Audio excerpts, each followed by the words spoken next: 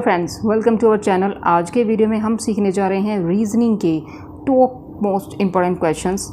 जैसा कि आप देख पा रहे हो कि स्क्रीन पर किस तरह के क्वेश्चन को आज मैंने अपनी वीडियो में इंक्लूड किया है। इन्हें हम जो है एक खास ट्रिक की हेल्प से सॉल्व कर रहे हैं फ्रेंड्स, और क्वेश्चन के आंसर तक जल्दी पहुंचने की कोशिश करेंगे। ये वीडियो मेरा पार्ट जो है फ्रेंड्स, पार्ट मेरा ये जो है 20 है। इससे पहले मेरे जो है पार्ट 19 आ चुके हैं। अब आपको कोई भी डाउट है तो आप वहाँ से चेक कर सकते हैं फ्रेंड्स। वीडियो के लास्ट में आपसे जो है एक क्वेश्चन पूछा जाएगा, आपको उसका आंसर कमेंट करके मेरे को बताना है। अगर अपनी स्टडी के लिए आप काफ़ी सीरियस हो तो आप जो है आंसर कमेंट ज़रूर करिए। नहीं पता है कोई बात नहीं, उसको जो है मैं नेक्स्ट वीडियो में आपको समझाया। तो फ्रेंड्स, वीडियो के लास्ट तक बने रहिएगा, आपको हर चीज़ जो है बहुत अच्छे से क्लियर समझ में आने वाली है। तो फ्रेंड्स चलो शुरू करते हैं वीडियो को और चलते हैं अपने पहले क्वेश्चन की तरफ। हमारे पास पहला क्वेश्चन गिवन है। हाँ जी, निम्नलिखित प्रत्येक प्रश्न में विषम पद का हमें चयन करना है। जो विषम होगा वो हमें बताना है। अब देखो यहाँ पे क्या है, पहले में सास, पोता, भतीजा, परदादा। आपको क्या दिखाई दिया? देखो यहाँ पे क्या है, पोता है, ये सास है, ये भतीजा और परदादा। ये क्या है, आपको लग रहा होगा कि ये जो है ये मेल है, ये भी मेल है और ये भी मेल है, और ये हमारा क्या है, फीमेल है। तो सास हमारा जो है यहाँ पे अलग हो रहा है, तो ऑप्शन 1 ही हमारा क्या है यहाँ पे करेक्ट आंसर है। ठीक है, ऑप्शन 1 हमारा क्या है, करेक्ट आंसर है। अब देख लेते हैं दूसरे वाले से क्या बोल रहा है। हाँ जी, विषम पद का चयन करना है। देखो यहाँ पे संख्या दी हुई है 8 और 5, इस तरह से 90 और 46, 12 और 7, 124 और 61। देखो मैं आपको फिर जो है मैं दोबारा से बता रही हूँ, इस तरह के क्वेश्चन को आप प्रैक्टिस करोगे ना, आपका माइंड एकदम से सेट होने लगेगा कि आपको करना क्या है।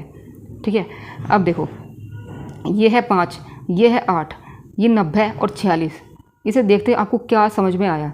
देखो ये 46, देखो जब आप क्वेश्चन करते हो तो एकदम से आपको कुछ ना कुछ जो है समझ में आना शुरू हो ही जाएगा। ये क्या है, 46 है, ये 90 है। 90 को अगर आपको जब मैं आधा करती हूँ, 90 से जो है मैं आधे को जब मैं रिलेट करती हूँ तो 90 का आधा आपको पता ही होता है 45 होता है। ठीक है, 45 होता है, लेकिन यहाँ पे क्या है, एक नंबर बड़ा है। ठीक है, 45। चलो इतना हमें जो है समझ में आ गया, कोई बात नहीं। इससे देख लेते हैं 8 का अगर मैं आधा कर दूँ, 8 का आधा, ठीक है, तो 4 होता है। ये क्या है, एक नंबर बड़ा है। समझ गए आप? आपको क्या करना है यहाँ पे जो है, देखो अगर आपको इससे भी पता नहीं चल रहा, इससे भी पता नहीं चल रहा, बड़ी नंबर से आपको नहीं पता चल रहा, तो छोटे वाले से जो है फाइंड करके देख लो आप, कि कुछ ना कुछ तो जो है आपको पता जरूर चलेगा। 90 क्या होता है, 45 होता है। 90 का आधा 45 होता है। यहाँ पे इसने 46 बोल दिया, एकदम से जो है आपका माइंड हिट करना चाहिए कि यहाँ पे जो है 90 का आधा तो 45 होता है, तो यहाँ पे जो है 46 है। चलो अब देख लेते हैं इसको ऐसे। अब क्या करना है यहाँ पे, इसमें हमें क्या करना है, 8/2 का 4, मतलब कि 4 में अगर उसको 1 कर दिया तो मेरा 5 निकल चुका है। इसी तरीके से 45 में मैंने 1 को ऐड किया है तो मेरा 46 निकल चुका है। ठीक है, अब इन द सेम वे इसमें बताओ क्या करना है। 12 का आधा करूँगी मैं, हाँ जी 6 हो जाएगा, और 6 + 1 मतलब कितनी, 7 निकल चुका है। इन द सेम वे इसमें बताओ, जब मैं इसका आधा करूँगी तो ये मेरा हो जाएगा 62, और +1 करूँगी तो मेरा जो है 63 आना चाहिए। तो यही हमारा क्या है, विषम है। ऑप्शन 4 ही हमारा जो है यहाँ पे करेक्ट आंसर है, जो अन्य से मेल नहीं खाता है, जो कि विषम है। उम्मीद करूँगी आपको जो है क्लियर होता चला आ रहा होगा बहुत अच्छे से। चलते हैं नेक्स्ट क्वेश्चन की तरफ। अब नेक्स्ट है, दी गई श्रृंखला का अगला पद क्या होगा। यहाँ पे हमें बताना है कि क्या आने वाला है। ठीक है, अब देखो क्या हिट हुआ। पहले तो आप मुझे देखते ही आपको देखो मेरे को कमेंट करना होगा कि आपको इस क्वेश्चन में सबसे पहले क्या हिट हुआ। देखो क्या है यहाँ पे, ए और जेड है। क्या हिट हुआ, ये जो है रिवर्स हो रहे हैं, है ना, रिवर्स हो रहे हैं ना। ए का जो है रिवर्स होता है वो जेड होता है। ठीक है, मतलब ऐसे जाती है और जेड हो जाए उसका रिवर्स होता है। इन द सेम वे सी का जो है रिवर्स आपको यहाँ पे एक्स मिल रहा है। ठीक है, in the same way F का रिवर्स यू होता है, आपको पता ही है। जैसे कि मैंने आपको बोला था, एम को आपको 13 याद कर रखना है, और उसके बाद जो है रिवर्स होने शुरू हो जाते हैं नंबर।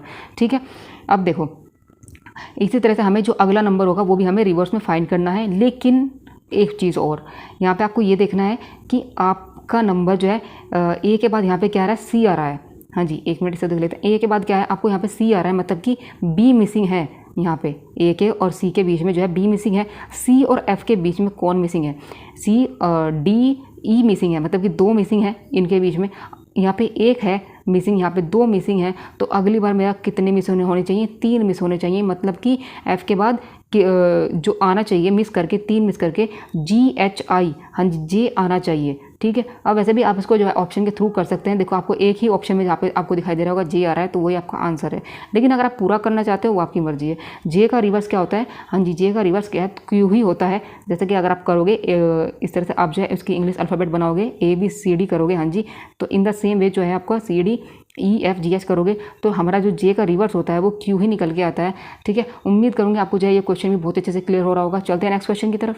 अब नेक्स्ट है, ए का अर्थ उसने दिया है माइनस, बी का अर्थ गुणा और सी का प्लस है और डी का भाग है। तो यहाँ पे इसकी वैल्यू को बताना है क्या आने वाली है।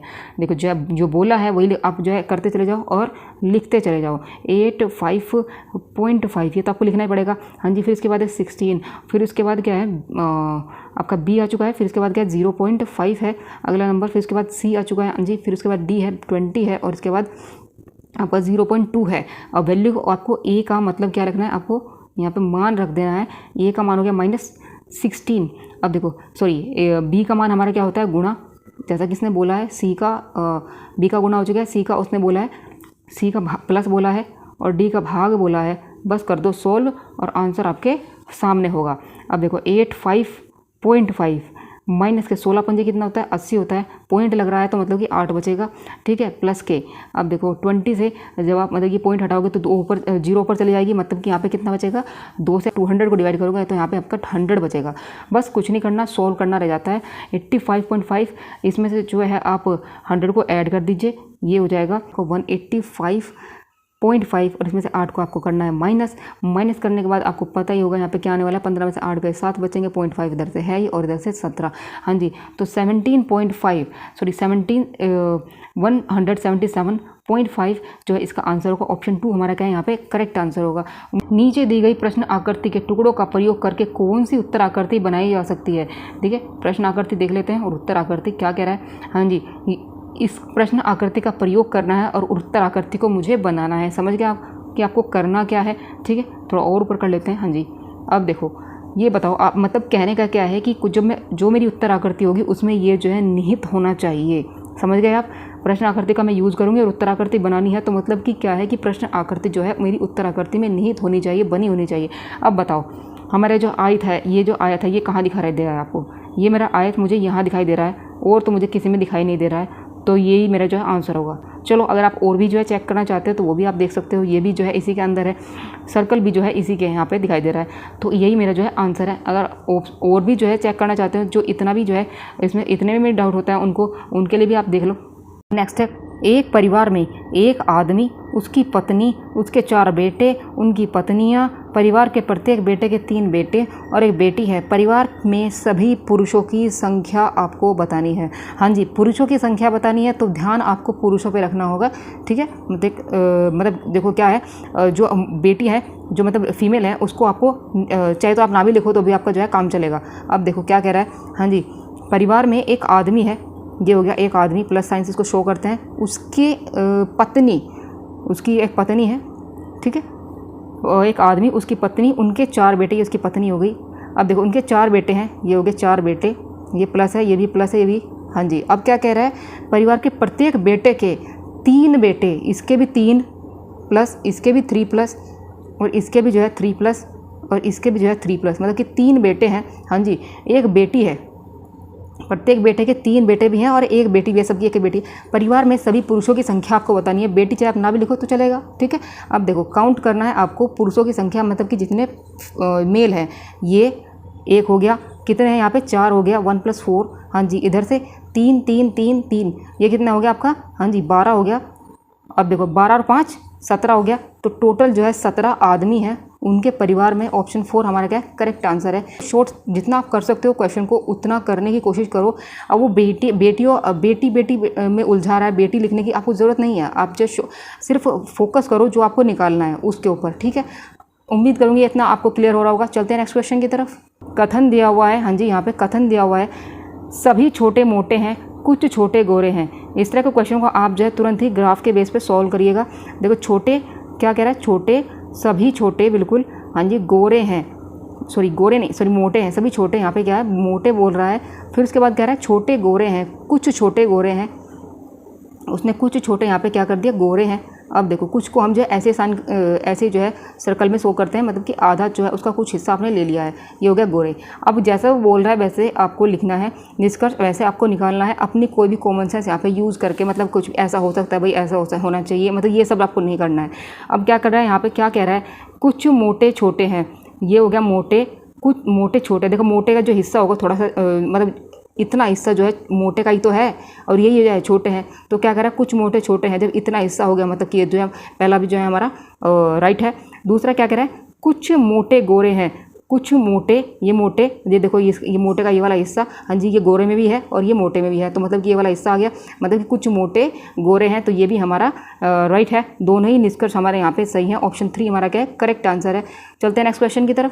अब नेक्स्ट है, कौन सी उत्तर आकृति प्रश्न आकृति के प्रतिरूप को पूरा करेगी। हाँ जी, प्रश्न ये क्या कह रहा है, यहाँ पे आपको क्या बनाना है, हाँ जी, आपको सर्कल बनाना है और फिर एक आपको स्क्वायर सा बनाना है और फिर आपको डॉट जो है रख देना है।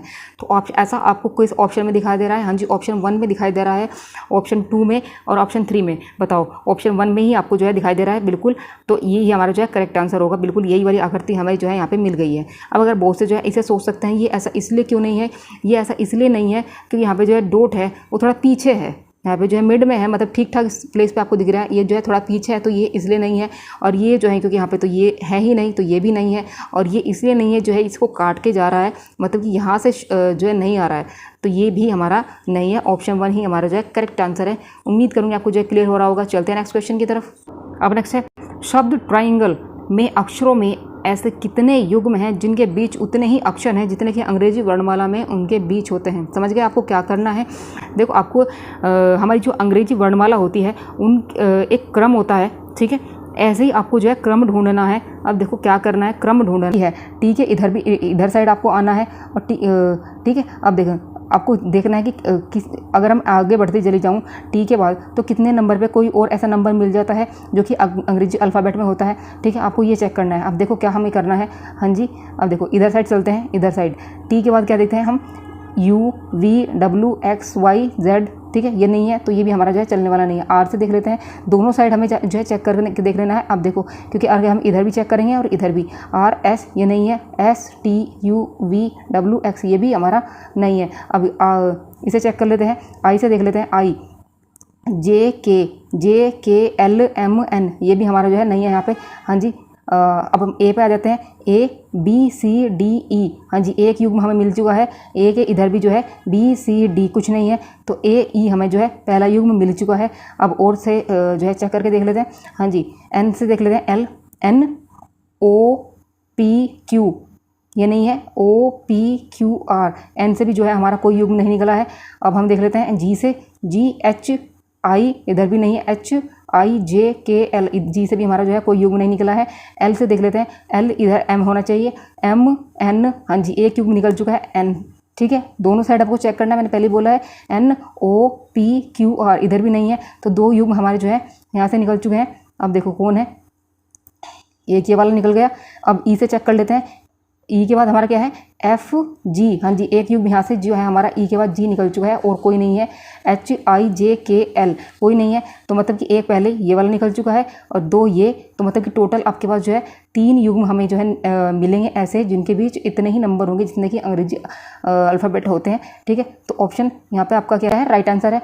चलते हैं नेक्स्ट क्वेश्चन की तरफ। अब नेक्स्ट क्वेश्चन है, कथन दिया हुआ है, हाँ जी, अधिकांश लोगों के पास नारंगी स्कूटर्स हैं जबकि कुछ के पास लाल हैं, ठीक है, ये पहला कथन है। दूसरा देख लेते हैं, लोग उजले रंग के स्कूटर्स पसंद करते हैं, हाँ जी, 2 कथन उसने दे दिए हैं। अब निष्कर्ष देख लेते हैं क्या कह रहा है वो यहाँ पे, हाँ जी, निष्कर्ष क्या है, एक मिनट, अधिकांश लोगों के पास जो है नारंगी स्कूटर्स हैं जबकि कुछ के पास लाल हैं।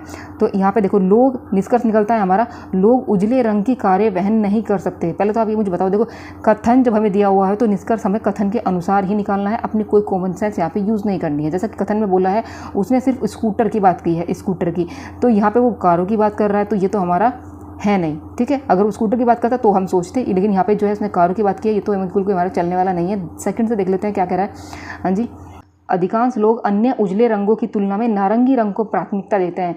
जैसा कि उसने बोला है, जो सेकंड हमारा कथन था, लोग उजले रंग के स्कूटर पसंद करते हैं। अब देखो, अधिकांश लोगों के पास नारंगी स्कूटर होते हैं जबकि कुछ के पास लाल होते हैं, जैसे कि इसने बोला, तो अधिकांश लोग जो है अन्य उजले रंगों की तुलना में, हाँ जी, नारंगी रंग स्कूटर पसंद करते हैं। जैसे कि उसने बोल दिया, कथन बोल दिया है कि नारंगी रंग इसके स्कूटर पसंद करते हैं अधिकांश लोग, तो निष्कर्ष में वो यही बात बोल रहा है, अधिकांश लोग अन्य उजले रंगों की तुलना में नारंगी रंग को प्राथमिकता देते हैं। तो इसका मतलब यह जो है कथन के अनुसार है निष्कर्ष, तो सेकेंड ही हमारा जो है यहाँ पे निष्कर्ष सही है। अब देख लेते हैं ऑप्शन, हाँ जी, ऑप्शन 2 हमारा क्या है, करेक्ट आंसर होगा। सेकंड अनुसरण करता है, जैसा कथन के अनुसार बोल रहे हैं निष्कर्ष आपको बिल्कुल वैसे ही फाइंड करना है, यही इसका लॉजिक होता है। चलते हैं नेक्स्ट क्वेश्चन की तरफ। अब नेक्स्ट है कथन दिया हुआ है, कुछ मेंढक भौंकते हैं, वे सब मेंढक जो भौंकते हैं। देखो कुछ की बात कर लिया इसने यहाँ पे, कुछ मेंढक भौंकते हैं, वे सब मेंढक जो भौंकते हैं, ठीक है, वे निश्चित ही काट लेते हैं। पक्का है कि तो काट लेते हैं। दूसरा क्या है, कुछ मेंढक सांप को पसंद नहीं करते, ठीक है। अब देखो निष्कर्ष इसके अनुसार क्या निकलने वाला है। निष्कर्ष हमारे पास है यहाँ पे, हाँ जी, कोई भौंकने वाला मेंढक हो सकता है जिसे सांप पसंद नहीं होगा। देखो हो सकता है, एक तो ये जो हो सकता वाला शब्द आता है ना, हो सकता, ये जो है आपको बताता है कि आपको करना क्या है। हो सकता है, जब हो सकता वाली बात आती है तो वो निश्चित ही जो है हमारी सही होने की संभावना को बताती है। कोई भौंकने वाला मेंढक हो सकता है, यहाँ पे देखो पहले से देखो, कुछ मेंढक भौंकते हैं, ठीक है, जो वे सब मेंढक जो भौंकते हैं, कुछ का मतलब कुछ में आ जाओ, कुछ में आना है आपको, कुछ में, ठीक है, ज़्यादा में नहीं, कुछ में आना है। और वही सब जो कुछ है, मतलब मेंढक जो भौंकते हैं वे निश्चित ही काट लेते हैं। तो कुछ पे रहे आप, थोड़े पे रहे, ठीक है। दूसरे पे बोल रहा है कुछ मेंढक सांप को पसंद नहीं करते, वे अलग है, ठीक है। तो कोई भौंकने वाला मेंढक हो सकता है जिसे सांप पसंद नहीं होगा। हाँ जी, तो जो इसमें से हमने जो कोई मेंढक निकाल लिया यहाँ पे जो कुछ में है, तो वो हो सकता है। हो सकता है जब आ जाता है तो मैंने आपको बोला है संभावना होती है कि वो जो है कथन सही होता है, जिसे सांप पसंद नहीं होगा। और दूसरे में वो यही तो बोल रहा है कि कुछ मेंढक सांप को पसंद नहीं करते हैं। तो ठीक है, दोनों से जो है हमारा जो है कथन जो है हमारा राइट है, क्योंकि पहली तो बात जो है हो सकता है, ये तो हो ही सकता है, ठीक है, मैंने आपको बोल दिया कि संभावना होती है। और दूसरी बात वो दोनों से भी हमारा यही निकल रहा है, जो मेंढक भौंकते हैं, हाँ जी, क्या निकल रहा है, मेंढक कुछ का मतलब कुछ थोड़े वे भौंकते हैं और वे सब भौंक, ठीक है। और यहाँ पे वो कुछ क्या बोल रहा है, कुछ मेंढक सांप को पसंद नहीं करते हैं। इसी तरह से उसने बिल्कुल उसी का घुमा फिरा के यहाँ पे बात को लिख दिया है। कोई भौंकने वाला मेंढक हो सकता है, इसमें से उठा लो, ठीक है, जिससे सांप पसंद नहीं होगा, इसमें से उठा लो, नहीं करता है, ठीक है। तो ये हमारा जो है राइट है। अब देख लेते हैं दूसरा, कोई भी मेंढक जो काट लेता है। दूसरा क्या करें, हाँ जी, कोई भी मेंढक जो काट लेता है, यहाँ से आ जाओ, जो भौंकते हैं वे निश्चित ही काट लेते हैं। जरूरी नहीं कि वह भौंके, जब कुछ की बात कर दी ना उसने, ठीक है, वे सब मेंढक जो भौंकते हैं, जो भौंकेंगे वे निश्चित ही काटेंगे। और यहाँ पे क्या कह रहा है, कोई भी मेंढक जो काट लेता है, जिसने काट लिया, जरूरी नहीं कि वह भौंके। तो ये वाला जो आपका पार्ट है ना, ये वाला जो हिस्सा है, ये अलग है। वो इस बात को बोल रहा है, जो भौंकता है, कुछ मेंढक भौंकते हैं, वे सब मेंढक जो है, देखो वे सब जो भौंकते हैं, जो भी कुछ भोगेगा वो निश्चित ही काटेगा। भौंकेगा तो काटेगा, इसका मतलब यहाँ से तो आपको समझ में आ गया, भौंक रहा है तो मतलब काट रहा है। यहाँ पे उसने जो है कुछ की बात की है, ठीक है, जब अब हम जो है कुछ को लेकर चल रहे हैं, और यहाँ पे उसने कोई की बात की है। हमने कुछ का मतलब थोड़ी सी संख्या की हमने बात की है, और यहाँ पे वो कोई की बात कर रहा है, मतलब कुछ भी, मतलब कोई भी संख्या की बात कर रहा है। तो कोई भी मेंढक जो काट लेता है, हाँ जी, जरूरी नहीं कि वह भौंके। हाँ जी, तो कोई का हम जो है दूसरे पार्ट में हम पहुँच गए हैं। कोई जो है हमारा दूसरा जो है हमारा पार्ट है उसमें हम पहुँच गए हैं। तो कोई भी मेंढक जो काट लेता है, ज़रूरी नहीं कि वह भौंके। तो हम जो है बिल्कुल, ये तो है, ये सिर्फ जो है भौंकने वाला जो सीन है वो सिर्फ कुछ के साथ हो रहा है और कोई के साथ जरूरी नहीं कि वह भौंके। तो ये जो है उसके साथ रिलेट करता है। तो ऑप्शन 2 भी हमारा जो है यहाँ से निष्कर्ष, सेकंड भी हमारा जो है यहाँ से राइट हो जाता है। तो दोनों निष्कर्ष हमारे यहाँ से जो है तर्क संगत है। हाँ जी, ऑप्शन 3 हमारा क्या है यहाँ पे करेक्ट है। फर्स्ट और सेकंड हमारे दोनों तर्क संगत यहाँ पे चल रहे हैं। अब देख लेते हैं आज का प्रश्न क्या है यहाँ पे। हाँ, वह आरेख चुनना है जो दिए गए वर्गों के बीच के संबंध को सही निरूपण करता है। हाँ जी, दूध, तरल, कलम। अब देखो इसमें से कोई एक आंसर जो है आपका बिल्कुल सही है, उसको आंसर आपको मेरे को कमेंट करके फ्रेंड्स कमेंट सेक्शन में ज़रूर बताना है। फ्रेंड्स अगर आप अपनी स्टडी के लिए काफ़ी सीरियस हो तो आप जो है आंसर ज़रूर कमेंट करेंगे। फ्रेंड्स अगर आपको नहीं पता है कोई बात नहीं, इसका लिंक जो है मैंने अपनी नेक्स्ट वीडियो में दिया है, आप वहाँ से चेक कर लीजिएगा। तो फ्रेंड्स कैसा लगा ये वीडियो, अगर वीडियो अच्छा लगा हो तो लाइक कमेंट से जरूर कीजिए, चैनल को सब्सक्राइब जरूर कीजिए जिससे कि आपको नई नई नोटिफिकेशन मिलता रहे। तो फ्रेंड्स आज की वीडियो में बस इतना ही, कल फिर मिलते हैं एक नई वीडियो में, तब तक के लिए जय श्री राम।